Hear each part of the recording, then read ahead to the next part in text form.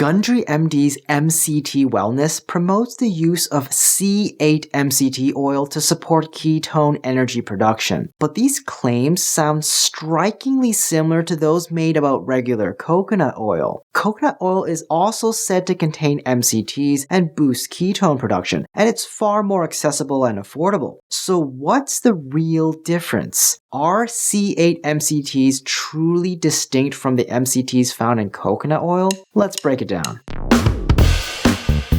MCTs, or medium chain triglycerides, are a type of fatty acid made of carbon chains that are 6, 8, 10, or 12 atoms long. Coconut oil, a plant-based fat extracted from coconuts, is about 47% lauric acid, a 12-carbon MCT fatty acid that's also called C12. At room temperature, coconut oil is a solid white fat and contains a mixture of MCTs. As a result, it's not the same as purified MCT oils like C8 or C10 that contain only one type of MCT. These specific MCTs are created by further processing oils, such as coconut oil, through a method called fractionation. This process heats and separates the oil to isolate the desired MCTs. MCTs are metabolized a little differently than the long-chain fatty acids found in oils like canola. Their shorter carbon chains allow them to be absorbed and burned more quickly. Unlike long-chain fats, MCTs bypass the usual digestive process and head straight for the liver via the portal vein. There, they're rapidly converted into energy or ketones,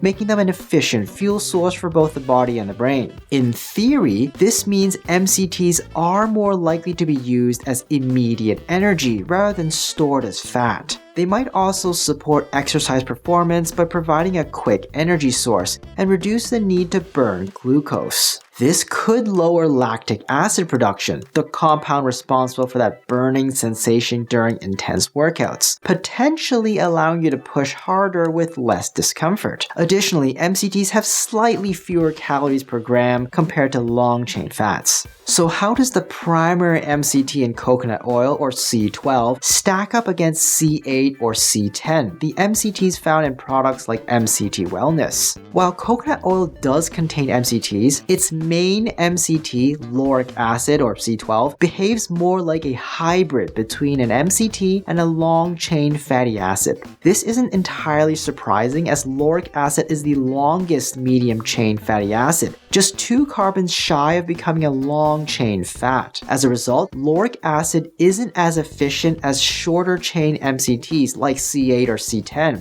It's burned a little more slowly, is more likely to be stored as fat, and has a slightly higher calorie density. So while it's technically an MCT, hypothetically speaking, it's not the best choice for quick energy production. That's why some MCT oils focus on C8 or C10. By the way, we don't use C6 or caproic acid because it smells like rancid cheese. Not exactly an appealing supplement to take. However, while the science suggests that C8 and C10 are more efficient than coconut oil's C12, the bigger question is whether this difference actually translates to real-world benefits. Are MCTs truly effective for energy, weight management, or exercise performance in humans? By the way, if you're curious about supplements like MCT Wellness or others, make sure to subscribe and hit the notification bell. I review a lot of them on this channel. When it comes to athletic performance, neither coconut oil MCTs nor refined C8 or C10 MCTs seem to make a noticeable difference. A small study involving recreational runners found that taking 15 grams of virgin coconut oil an hour before a run didn't improve performance or reduce perceived exertion compared to a placebo.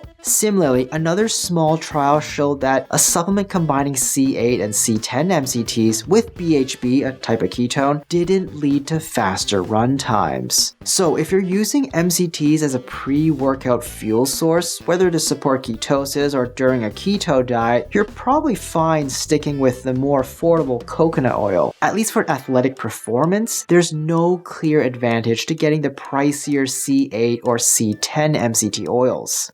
Now let's talk about fat levels. MCT oils have shown some promise here. In a small study of people with metabolic syndrome, replacing other cooking oils with 30 milliliters of virgin coconut oil daily for 4 weeks led to lower triglyceride levels, though it didn't change waist circumference. On the other hand, research on C8 and C10 MCTs found that taking 25 to 30 grams daily for 8 weeks not only reduced triglycerides, but also slightly decreased waist circumference in people with high triglyceride levels. So while both types of MCTs improved triglyceride levels, the purified C8 or C10 oils might offer a slight edge in slightly reducing waist size. That said, these benefits were observed in specific groups with existing metabolic issues, so the real-world difference in impact for the average person is likely minimal.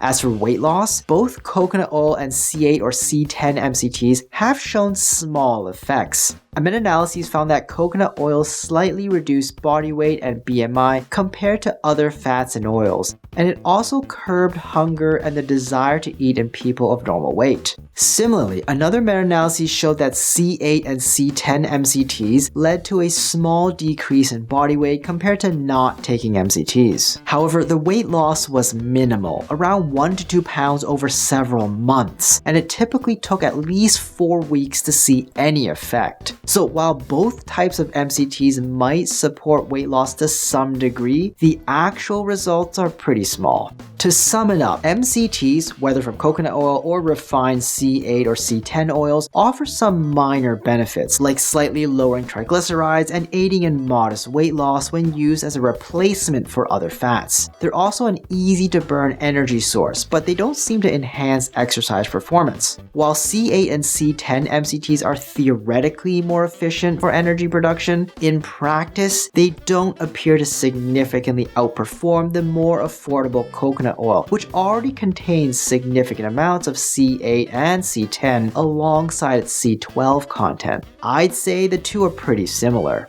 As for other ingredients in MCT Wellness, such as blackcurrant and grape extracts, they do provide antioxidants which are great for general health. However, there's no strong evidence that they improve exercise performance or metabolic health. For example, studies show that drinking grape juice daily for 12 weeks didn't lead to weight loss or changes in body composition in overweight individuals. Similarly, taking grape extract supplements for 4 to 10 weeks had no effect on abdominal fat, body weight, or overall body composition compared to a control group. So should you use it? Well, that depends on what you're hoping to achieve. If your goal is weight loss, say for increasing your fat intake to help curb hunger, I'd recommend also using extra virgin olive oil. Keep in mind though that adding coconut oil or MCTs to your diet won't magically melt away pounds. You'll need to balance it by cutting calories elsewhere, like reducing your carb intake. Simply piling on extra calories from coconut oil won't lead to weight loss. If you're looking for a quick ketogenic fuel source before exercise, both MCT Wellness and regular coconut oil will likely do the job just fine. That said, purified C8 and C10 MCT oils might have a slight edge in theory, especially if you can't stomach coconut oil well.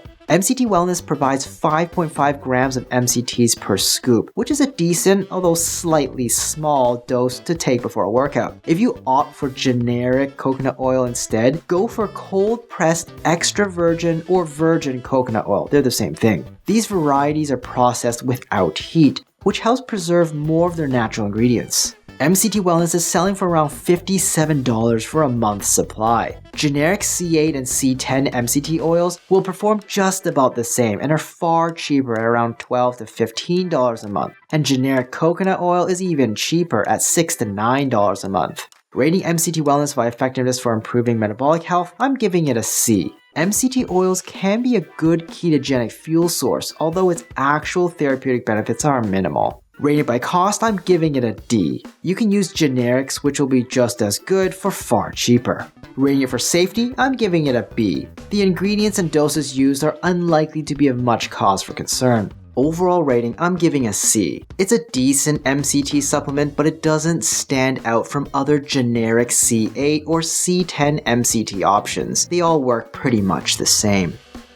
Hi, I'm Dr. Brian Yeung. Do you think it's worth it? Let me know in the comments down below. And if you found this video helpful, please subscribe to the channel and leave me a like. Hit the notification bell if you want to stay up to date, and share this video with someone you know who uses the info.